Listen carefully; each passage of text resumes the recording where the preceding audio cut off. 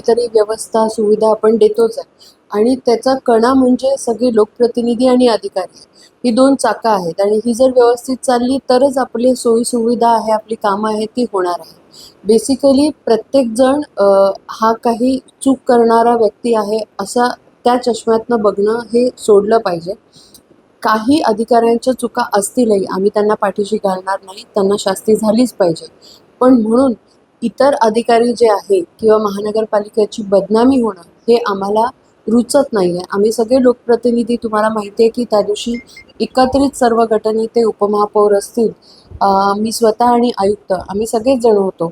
धास्ती घेणं की आत्ता ज्या प्रकारे चौकशी चालू आहे, SIT चालू असताना, तर माझं असं म्हणणं आहे की कोणी पण निर्णयापर्यंत गेलेलं नाही. आता हा चौकशीचा फेज आहे आणि त्याला आपण फेस केलं पाहिजे.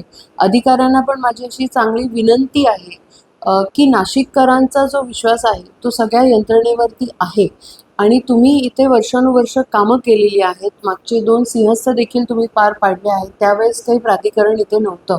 तर माझं असं म्हणणं आहे की सगळ्यांनी एकत्रित येऊन ठाम तुमच्या कामावर विश्वास ठेवून तुम्ही कामं करायला पाहिजे.